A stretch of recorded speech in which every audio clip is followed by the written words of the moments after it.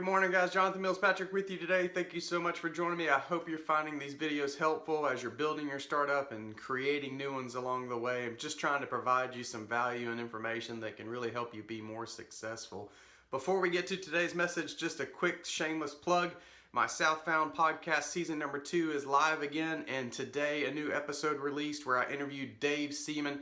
Dave has a lot of advice for young and existing entrepreneurs on how to design a business to fit your lifestyle. I think it's a great listen, and I encourage you to head over. I'll put the link to the show in the notes down below so you can take a look at it. Please subscribe, and if you're enjoying the podcast, please consider leaving a review on iTunes. It helps other entrepreneurs be recognized and get noticed. So today's message is about customer lifetime value.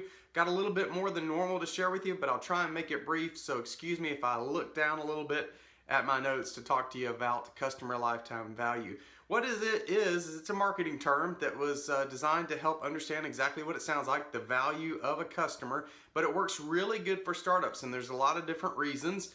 It helps define the value of a customer and promotes the idea of not thinking about short-term acquisition of customers, but turning those customers into a lifetime customer so that you're continuing to generate revenue from them time and time again. So it forces you to be very strategic and long-term thinking. The great thing about customer lifetime value is when you're working on projections for your startup, and these are important for not only the founders to be looking at in terms of anticipated revenue, but also something that a potential investor is going to be asking for. But when you're looking at customer lifetime value, this is important to compare this number against your acquisition cost. If you're doing your legwork properly, you're looking at your marketing plan and what it's going to cost you to acquire one single customer. You take that number and compare it against the customer lifetime value. Kind of makes your marketing decisions easy if you have those figures. So for example, if it costs you $15 to acquire one customer and the lifetime value of your customer is $20, that's not such a good deal. Obviously, if it's 10 times that $15 and your customer lifetime value is $150, that's much better and helps your projections in the long run. Obviously, is going to make investors more interested in what you're doing. So take your customer lifetime value and compare it against your acquisition costs of a single individual customer. Again, it helps with your projections. Now let's talk a little bit about how that calculation is done. There are a lot of different ways depending on the industry you're in, and so I'm just going to give you one simple example. I'll also put that formula in the notes so that you have it. You can also Google the other ones to get an idea if you're in a different industry and not sure that this formula is going to work for you.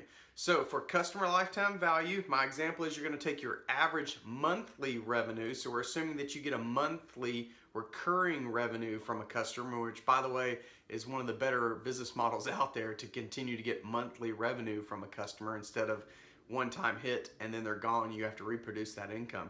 Take your average monthly revenue, multiply that times your gross margin. Now we've talked about this before. Gross margin is the margin that you get from revenue minus any cost of goods sold. That gets you your gross margin, your gross revenue, and you can use that to back into the percentage.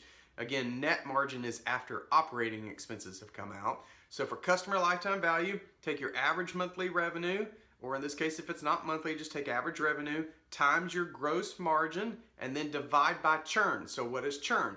Churn is how quickly you're losing customers. That's why customer lifetime value is so important. You have to consider that along the way, some customers are going to come in, some are going to go out and stop using your service. This particular formula works really well for monthly subscriptions of membership sites, users of apps that pay on a monthly basis, that type thing.